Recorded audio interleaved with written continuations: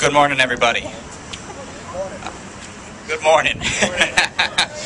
My name is Matt Nelson, and I'm from the Massachusetts Environmental Voters Education Fund. I'm the coordinator of the Heat is On campaign, which is a project of League of Conservation Voters and Clean Energy Works, and I want to welcome everyone here today.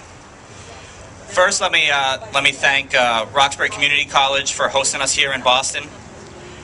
We're here at RCC because recently they've launched exciting new Clean Green Training Certificate programs in energy efficiency and energy conservation, weatherization, even a course in how to start your own weatherization business.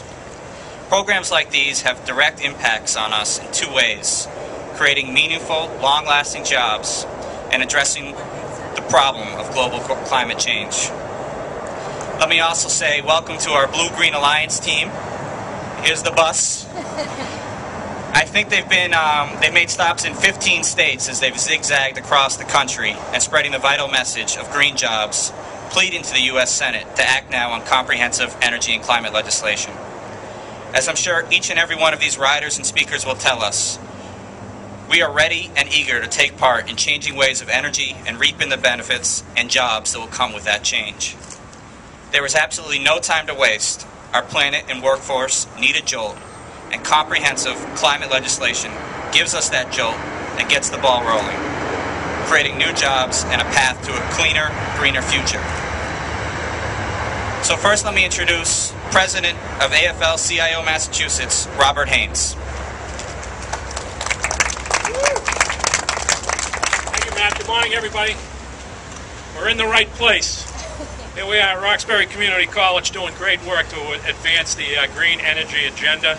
Thank you to our Alliance folks for all the good work and traveling around the country. Thank you to my union brothers and sisters from the steel workers and utility workers and the IBEW and the building trades here in Massachusetts and across the country. What a novel idea it is that we should be talking about green energy. It seems to me we've been talking about it for much too long. We've got to get the program on the road like you're doing, going across the country and getting the message out. If you know anything about green energy and you know anything about the future of this world, that's where we're headed. That's what we have to be doing. The problem is there are countries around this world that are way ahead of us. You talk about the Japans and the Spains and the Germanys, and a host of other countries have figured it out. We've got to get to the program here. We have unlimited potential here in the United States of America. We have a jobs crisis in America, a significant jobs crisis. We got a blue-collar depression going on in the United States of America. And think of all what we can do with the Green Energy Alliance. Think about the potential of clean manufacturing, the smart grid, broadband, mass transit. You've probably heard the trains rumble by. For those of you that are anywhere near as old as I am or came from this community, 35 or 40 years ago, they're going to put a big giant highway through there. And it got stopped to the dismay of many building trades guys until they put a big railroad through there, until they put the Orange Line through there. This transportation, the Silver Line now comes down these corridors right here. That's green. That's the name of the game, mass transit. We got to be engaged in that stuff. At the Massachusetts AFL-CIO, we're working with the Green Justice Coalition.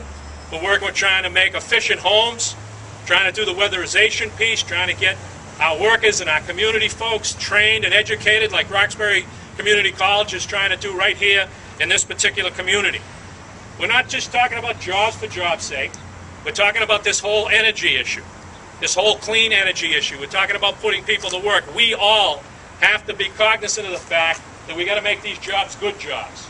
We don't want to send people out into this industry, manufacturing and doing weatherization for subsistence wages and benefits. We want to make sure they get a union card in their pocket. We want to make sure that they got good wages, that they got health care, that they got pensions, they got respect and decency on the job. That's the name of the game for working people. So what's the message here today? It's incumbent upon all of us, every single one of us, to talk to our legislators. I don't know what happened to legislation in this country. I don't know what happened to our elected officials here in this Commonwealth and across the nation, but they seem to be asleep. They seem to spend more time fighting amongst each other about who can get in front of a camera, who can talk more, who can do a better job of expressing a vision. We don't need a vision anymore. We understand what the vision is. The vision is to transform this nation from a nation that's dependent on foreign, dirty energy to a green, clean economy. that's good for America, that puts Americans to work in good, solid, strong industries with union contracts. So that's our message here today, to get out of here. Get out of this parking lot. Get across this nation. Get across this city. Get across this state.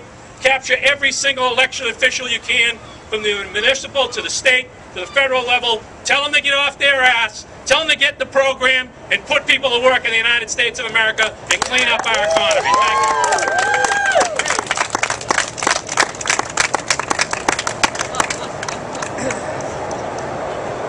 Thank you, Mr. Haynes. I guess we all got to go now. Next, I'd like to bring up here Vice Mayor of Cambridge and also the Chair of the Energy, Environment, and Natural Resources Committee for the National League of Cities, Henrietta Davis. Well, first of all, I want to thank Bobby Haynes for setting us up. He really knows how to get a rally going. Let's hear it for him one more time.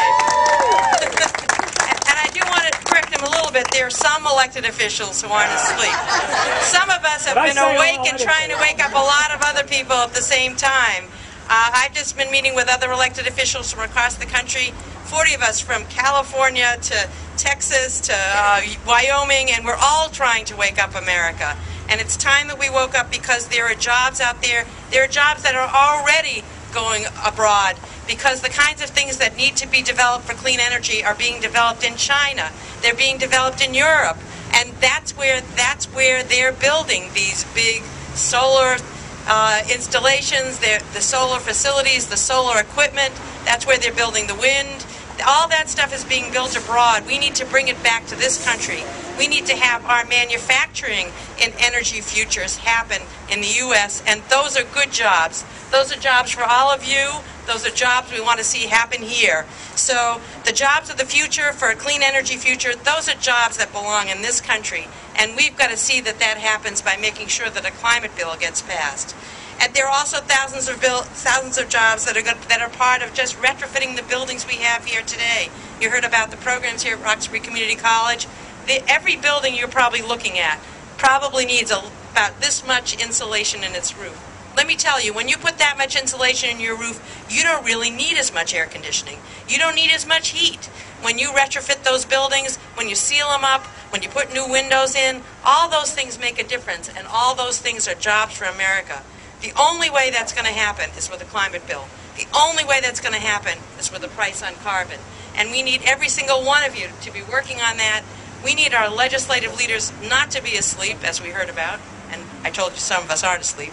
But we need them all to be leading, because these jobs are going overseas. These jobs are going away from us, and we need them. And we need all of you to be working for that. I know you all are. You're doing a great job with the bus, and I want to join you in doing that. Let's get a price on carbon. Let's get a carbon bill passed, a climate bill passed, a comprehensive climate bill passed. Thank you all for your work, and I pledge to work with you and bring all my colleagues, my awake colleagues, my awake politicians, together with you. Thanks a lot.